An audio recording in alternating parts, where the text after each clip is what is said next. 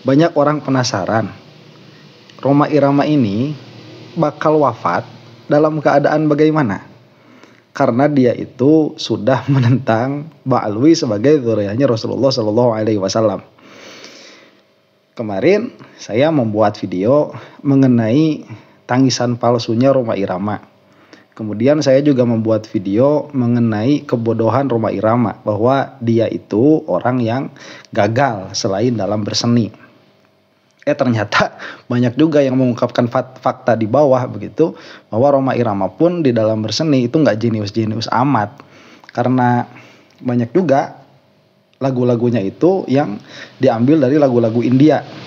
Cuman kan saat itu pop culture-nya belum terlalu ramai India itu, jadi orang-orang Indonesia pada nggak tahu.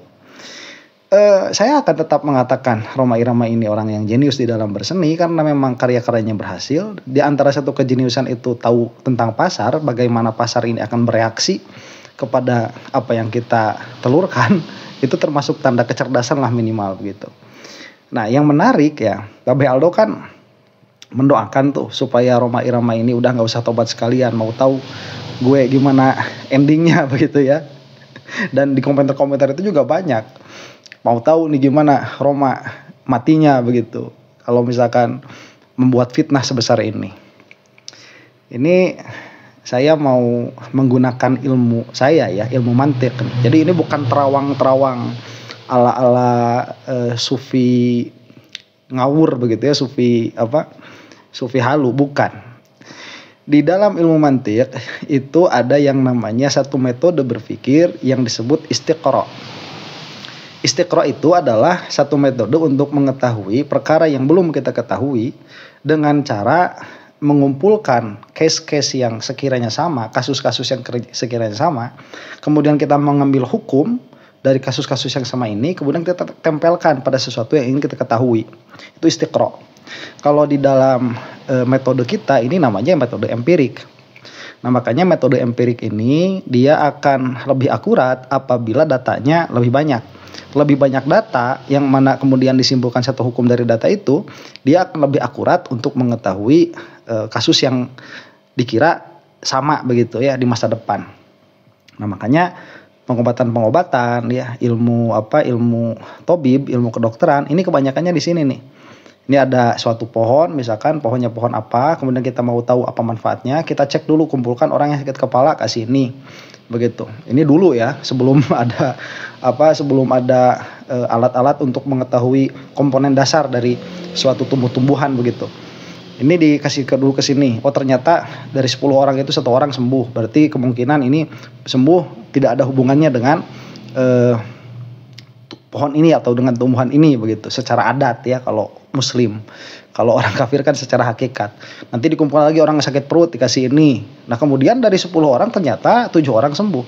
Nah, ini sudah cukup dijadikan dugaan bahwa ada hubungan, kalau dari ilmu kalam gitu ya, ada hubungan adat antara pohon ini dengan sembuhnya sakit perut. Maka kalau misalkan nanti ada orang sakit perut, kita kasih tumbuhan ini, nanti dia akan sembuh secara adat. Itu harus selalu ditekankan ya, karena kita ini sedang berusaha untuk memperkenalkan tauhid. Kalaupun misalkan tidak sembuh, karena memang tadinya juga dari 10 orang yang sembuh cuma 7 begitu. Berarti mujarobnya kurang. Nah, nanti dicari yang dari 10 yang sembuh. Nah, ini yang lebih mujarob. Nah, itu sebetulnya bukan hanya terjadi di dalam bidang kedokteran, tapi juga terjadi di dalam hal wirid ya. Makanya ada kitab namanya Mujarrobat. Mujarrobat itu ya kumpulan zikir-zikir, kumpulan wirid-wirid itu yang sudah ditajarrub, sudah diistiqro oleh para wali. Nah, kemudian hasil adatnya Allah Subhanahu wa taala di situ. Nah, ini. Jadi kembali kepada kasus Rhoma. Bagaimana nih endingnya Rhoma itu ya? Ini saya juga geli ngomonginnya, soalnya kenapa? Ya belum tentu juga Rhoma yang mati duluan gitu. Kok penasaran sama wafatnya orang lain? Ya bisa jadi kita duluan begitu. Cuman ya karena memang beliau ini extraordinary case ya, kasus yang luar biasa karena public figure, orang-orang jadi menanti begitu. Nah, nanti kalau misalkan Rhoma Irama ini wafat dalam keadaan wajar begitu ya, malah misalkan dalam pandangan zohir baik dan bagus, nanti orang-orang kan bakal digorengnya sama Mukiman. Tuh ternyata lihat orang yang anti Ba'alwi wafatnya begini dan begitu gitu. Kalau misalkan dalam keadaan yang sekira-kiranya ada kejanggalan, ada keanehan, ini nanti yang gorengnya siapa? Yang gorengnya ya Muhibbin. Saya ingin supaya itu tidak terjadi begitu ya. Makanya saya bahas nih. Kita lihat dulu ya, orang sekaliber Rhoma Irama ini bukan kaliber nasional, ini sudah kaliber internasional. Sebagaimana yang dia katakan, ya diundang oleh Amerika, dan kita pun sekarang di YouTube lihat kan fans-fansnya yang di luar negeri itu banyak sekali. Rhoma Irama itu memang beliau itu sosok yang luar biasa, makanya banyak perhatian dan banyak kecintaan. Mailul Kolbi kepada beliau itu besar sekali ya, punya kecintaan yang besar. Makanya Rhoma Irama ini seharusnya diam saja, netral saja ya, supaya oleh dua pihak ini masih dicintai begitu, biar enak harusnya. Nah cuman kita istiqro ya, kita coba lihat nih orang-orang yang dalam keadaan yang mati dalam keadaan mereka itu pada puncak kemasyhuran. Ini pemakamannya nggak ada yang sepi ya. Kita jangan ambil kasus yang muslim. Kalau misalkan kita ambil kasus muslim ya, almarhum radhiyallahu taala anhu Gus Dur, itu orang sampai sesak-sesak itu mau menyolatkan ya, sampai beberapa kali masjid penuh, yang keluar kemudian menyolatkan lagi, beberapa kloter begitu menyolatkan Gus Dur. Itu subhanallah. Kita suka menjadikan patokan kewalian itu diantaranya dari banyaknya yang datang untuk menyolatkan atau memakamkan. Nah ini kan tidak sepenuhnya bisa dipakai ya, karena apa? Karena orang-orang kafir pun banyak juga yang seperti itu, asal dia terkenal saja.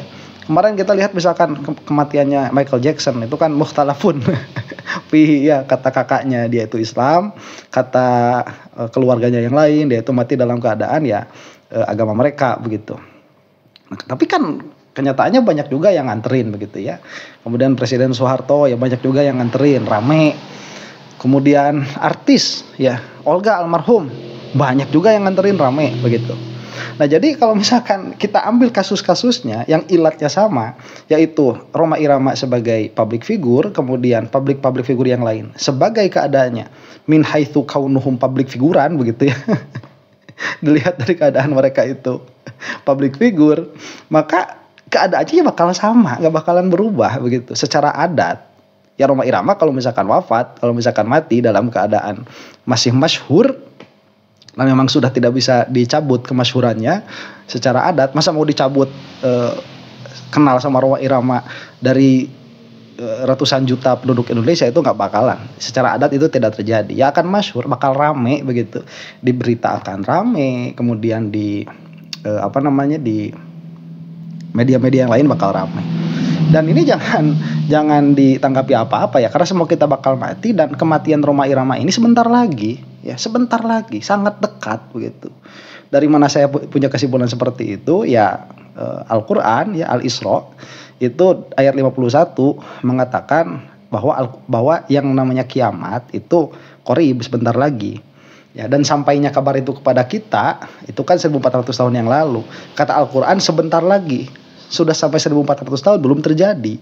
Berarti 1400, kalaupun nanti 1500, 1600, 1700 atau sampai misalkan 3000 Hijriah ya, 3000 Hijriah itu masih dekat itu, kalau menurut pandangan Al-Qur'an itu masih dekat. Apalagi kita yang mungkin nggak nyampe 5-10 tahun lagi begitu ya, atau Rhoma Irama mungkin lah nggak tahu 5-10-20 tahun lagi begitu, itu dekat. Jadi kematiannya dekat, dan kematian kita itu dekat sekali. Saya tuh suka tafakur begini, kalau ada orang jalan ya dari rumah ke kantor, itu misalkan dari rumahnya ke kantornya itu 5 km. Nah kemudian di tengah jalan ada kejadian 2 km lagi menuju kantor dia mati. Saya suka berpikir seperti ini, ternyata kematian itu lebih dekat daripada kantor begitu. Ya, ke kantor itu 5 kilo, kemati 3 kilo. Jadi kematian kita itu dekat sekali. Nah ini supaya tidak terjadi gorengan begitu. Ini bakal normal, malah bisa jadi secara zahir itu wafat pada hari Jumat misalkan. Hari Jumat wafat, itu bisa jadi nanti jadi gorengan. Tuh lihat yang membela Ba'alwi, yang kontra sama Ba'alwi, meninggalnya pada hari Jumat. Nanti kemudian ngeluarin kitab para ulama bagaimana orang yang meninggal pada hari Jumat itu tidak akan ditanya sama Munkar Nakir, kemudian akan diberikan kenikmatan di dalam kuburnya, malah ada pahala sebagai syahid dan lain sebagainya. Nanti keluar lagi ramai lagi, ribut lagi begitu. Itu supaya tidak terjadi seperti itu. Karena secara zohiron, selama orang itu wafat dalam keadaan muslim, dalam keadaan mukmin, ya sudah, muslim mukmin kita doakan, mudah-mudahan Allah mengampuni semua kesalahannya. Ya itu selesai. Makanya ya para sufi itu mereka tidak pernah melihat siksaan itu sebagai siksaan akhirat, dalam pengertian bukan berarti menafikan adanya siksaan akhirat, atau suul khotimah itu dalam pengertian mati dalam keadaan terbakar begitu ya, kehuruan gitu, naik mobil kemudian mobilnya kebakaran, mati begitu. Nggak seperti itu. Ya itu mah bisa terjadi sama siapapun, sama kiai bisa terjadi hal seperti itu. Dan itu tidak menunjukkan apa-apa pada khotimahnya, tidak menunjukkan selama wafat dalam keadaan Islam zahiron, itu tidak menunjukkan apa-apa. Para sufi itu suka melihat bahwa orang yang bermaksiat itu pada saat maksiatnya itu sudah disiksa oleh Allah Subhanahu wa taala. Siksaannya itu di situ tatkala dia berani bermaksiat. Atau kita naik kepada level yang lebih tinggi, misalkan pada ghaflah, saat dia ghaflah luput dari Allah Subhanahu wa taala. Punya i'tiqad bahwa Allah Subhanahu wa taala yang memberi manfaat dan yang memberi madarat, tapi tatkala melihat misalkan istri sendiri nggak berani kawin lagi karena melihat istri ini menakutkan begitu ya, lebih menakutkan daripada ular kobra. Amarahnya itu, semburannya itu lebih menakutkan daripada ular kobra. Nah itu sudah ghaflah. Ya, karena dia ghaflah bahwa istrinya ini bisa memberikan madarat, akhirnya dia memilih untuk tidak kawin lagi. Nah ini ghaflah itu kalau kata para sufi itu sudah merupakan siksa tersendiri. Ya, kenapa? Karena itu adalah narul inqita', itu adalah neraka keterputusan dengan Allah Subhanahu wa taala. Dan jannah, surga itu jannatul wisol atau jannatul wusul, itu adalah surga wusul kepada Allah Subhanahu wa taala. Jadi untuk para sufi nggak usah ngelihat ini mau gimana sih endingnya orang tukang maksiat, nggak usah. Kita lihat saja orang tukang maksiat itu dia sudah ada pada azab pada sendirinya begitu. Nah, makanya saya mengatakan ya pada kasus Rhoma Irama ini, karena dia itu membabi buta sekali omongannya itu, subhanallah. Na'udzubillahi min dzalik. Kalau saya itu na'udzubillahi min dzalik, harus seperti itu begitu, menunjukkan kebodohan di halayak ramai, kemudian menunjukkan ketidakkonsistenan di dalam berkata di halayak ramai. Itu kalau untuk saya itu sudah siksaan pada dirinya sendiri. Itu sudah siksaan itu. Dia tertutup dari pola berpikir yang benar, tertutup dari membaca ayat dengan pemahaman yang benar. Itu sudah siksa pada dirinya. Jadi tidak usah menunggu Rhoma Irama ini akan wafat dalam keadaan apa. Dia itu sudah sedang diazab oleh Allah Subhanahu wa taala, sedang dikenai azab oleh Allah Subhanahu wa taala. Gak usah lihat jauh-jauh begitu, gak usah lihat harusnya umur segitu ya, harusnya itu diem. Hadza zamanus sukut waluzumul buyut. Itu sudah dikatakan ratusan tahun yang lalu. Sekarang itu zamannya diam, dan zamannya diam di rumah. Ya, itu saya kalau ingat-ingat perkataan itu, saya juga nggak mau ngomong-ngomong di YouTube itu. Cuman ya gimana ya? Cuman gimana? Udah kayak gini dalam pengertian saat ini saya melihat ini adalah jalan yang terbaik. Mungkin Rhoma Irama pun seperti itu, tapi kan kita punya timbangan ilmu. Ya. Al-Quran itu perkataannya benar, kita punya timbangan ilmunya, ada tafsirnya. Kalau balaghah ada balaghahnya, kalau dengan mantik ada mantiknya. Jadi ada timbangan ilmunya. Kalau Quran bil Quran ada, kalau Quran bil hadis ada. Lah ini tiba-tiba ngomongin bahwa Balwi itu diancam oleh azab Allah gitu. Gimana ya pakai ayat yang kenanya seharusnya sama Nasrani dan Yahudi. Nah, ini kacau. Jadi sekali lagi saya mengatakan seperti ini supaya tidak supaya tidak terjadi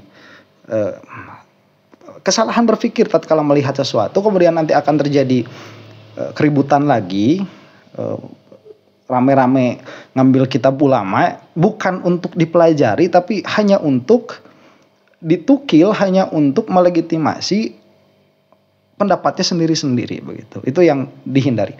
Mudah-mudahan video ini ada manfaatnya. Wallahu taala a'lam bishawab. Assalamualaikum warahmatullahi taala wabarakatuh.